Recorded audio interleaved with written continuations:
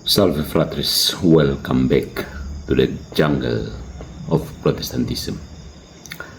Dalam kesempatan ini saya ingin mengajak Anda untuk merenungkan salah satu aspek penting dalam teologi Kristen, yaitu tentang kedaulatan Allah. Kita akan melihat bagaimana pemahaman tentang kedaulatan ini berkembang secara khusus dalam tradisi Calvinisme. Ya, ada tradisi Calvinisme namanya. Dan kita akan mengkritisinya dari sudut pandang iman Katolik dan ajaran para bapak gereja. Nah, apa maksud ini? Ngomong-ngomong doang, kita bermaksud menunjukkan pentingnya isu ini dalam penghayatan iman dan menyebutkan sumber utama yang akan dipakai, yaitu Katekismus Gereja Katolik, Konsili, dan Bapak Gereja. Itu barisan penjaga iman Kristiani. Nah, vamonos. Mari kita bongkar bagian yang pertama, teologi kedaulatan dalam Calvinisme. Pernah dengar Calvinisme kan? Dalam sistem Calvinis, kedaulatan Allah itu dipahami sebagai kekuasaan mutlak yang menentukan segalanya secara predestinatif. Nah, predestinatif ini berasal dari bahasa Latin pre, artinya sebelum, destinasi, tujuan. Ya, predestinasi, tujuannya sudah ditetapkan sebelumnya. Tujuannya sudah ada sebelum, predestinasi. Ya, bisa disejajarkan dengan kata seperti takdir. Artinya apa yang akan terjadi itu sudah ditetapkan, predestiny, begitu. Nah, terutama kalau dalam Calvinis itu artinya siapa yang diselamatkan dan siapa yang binasa itu sudah ditetapkan. Pemikiran ini termaktub dalam doktrin terkenal TULIP, terutama huruf U yang menjadi akronim dari Unconditional Election, dan L untuk singkatan dari Limited Atonement. Jadi Unconditional Election artinya pemilihan tak bersyarat, sementara Limited Atonement artinya penyelamatan terbatas. Ya. Nah, teologi Calvinis seperti R.C. Sproul, dia cukup terkenal dan menjadi referensi dari berbagai pendeta reformat, menulis bahwa jika ada satu atom di alam semesta ini di luar kendali Allah, maka dia bukan Allah.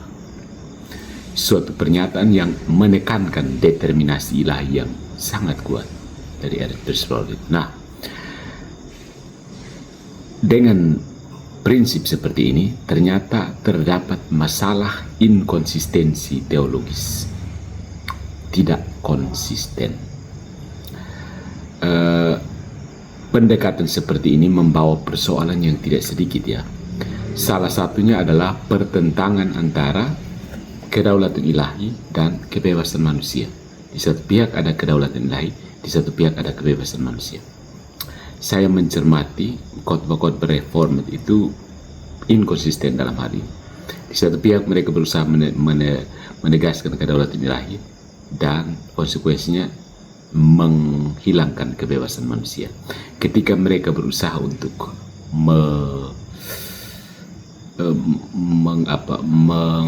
memberi harmoni, memberi solusi, solusinya adalah tidak ada solusi.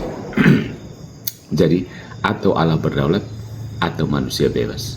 Allah berdaulat, manusia tidak bebas. Manusia bebas, Allah tidak berdaulat. Jadi jika segala sesuatu ditentukan, apakah manusia benar-benar bertanggung jawab? Nah, lebih lanjut, kalau Allah menentukan siapa yang binasa tanpa ada kesempatan untuk bertobat, maka sulit untuk mempertahankan bahwa Allah itu maha kasih dan adil, bukan? Bahkan Santo Agustinus sendiri yang sering diklaim sebagai inspirasi Calvin mengatakan dalam De Libero Arbitrio bahwa it is the will, not necessity, that brings about sin. Jadi adalah kehendak, bukan keniscayaan yang membawa kepada dosa. Tidak niscaya orang berdosa, tapi kalau Calvinis mengatakan orang niscaya berdosa kalau dia sudah ditetapkan untuk berdosa. Nah, bagaimana perspektif Gereja Katolik terhadap pandangan aneh seperti ini? Gereja Katolik melalui katekismusnya memberikan pandangan yang lebih seimbang. Dalam katekismus Gereja Katolik, artikel atau nomor 600, ditegaskan seperti ini. Kepada Allah segala waktu hadir dalam keabadiannya. To God, ya, kepada Allah. Oleh karena itu, Ia menetapkan rencana kekalnya sekali untuk selamanya, tanpa menghilangkan kebebasan manusia. Jadi, Tuhan menetapkan rencana kekal, tapi di satu pihak tidak menghilangkan kebebasan manusia. Konsili Trente 1547 dalam merespons ajaran reformasi mengajarkan bahwa tidak ada seorang pun yang boleh dengan kepastian mutlak mengatakan bahwa dia telah ditentukan untuk keselamatan kecuali jika dia menerima wahyu khusus dari Allah. Jadi seseorang tidak bisa memastikan bahwa dia itu ditentukan untuk selamat kecuali memang ada wahyu khusus untuk dia dari Allah sendiri. Ya. Itu dicatat dalam Denzinger 1534. Nah, dalam iman Katolik, Allah sungguh berdaulat tetapi tidak meniadakan kebebasan manusia. Allah itu bekerja dalam sejarah bukan sebagai diktator spiritual, tetapi sebagai Bapa yang memanggil, bukan memaksa. Ya. Kemudian bagian yang keempat, ada kesaksian dari bapak-bapak gereja, ya, para bapak gereja. Bapak-bapak gereja ini juga menolak pandangan yang menihilkan kebebasan manusia. Santo Irenaeus dalam Adversus Heresis menulis seperti ini. God made man free from the beginning, possessing his own power, even as he does his own soul, to obey the commandments freely and not by compulsion of God. Ya, coba bandingkan dengan buku chapter 4, buku keempat, bab 37, Adversus Heresis. Kemudian Origenes bahkan menegaskan bahwa free will is the basis of all rational nature. Itu dalam bukunya De Principiis, buku ketiga. Jadi saudara-saudari, kita melihat bahwa pemahaman Calvinis tentang kedaulatan Allah, meskipun ingin menjunjung tinggi kemahakuasaannya, justru menimbulkan persoalan serius dalam hal kasih, keadilan, dan kebebasan. Ya. Gereja Katolik menawarkan suatu sintesis yang harmonis. Allah adalah Raja, tetapi juga Bapa yang penuh kasih, yang memanggil setiap manusia untuk merespons rahmatnya secara bebas. Tidak ada irresistible grace. Menurut pendapat saya, irresistible grace itu pemerkosaan spiritual dari Tuhan kepada manusia. Tuhan tidak memperkosa manusia dengan rahmatnya. Mari kita pelihara penghayatan iman yang utuh berdasarkan kitab suci, tradisi suci, dan kesaksian para kudus serta Bapa Gereja. Ya.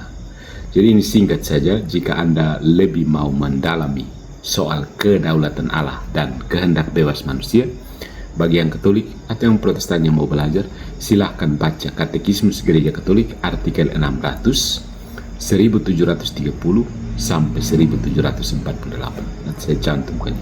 Kemudian Konsili Trente menurut catatan Denzinger nomor 1534. Kemudian bisa baca bukunya Santo Agustinus De Libero Arbitrio dan Santo Irenaeus Adversus Heresis buku 4 bab 37, dari Origenes De Principiis buku ketiga, dan baca dari teolog reformed R.C. Sproul Chosen by God. Follow for more into the jungle of Protestantism.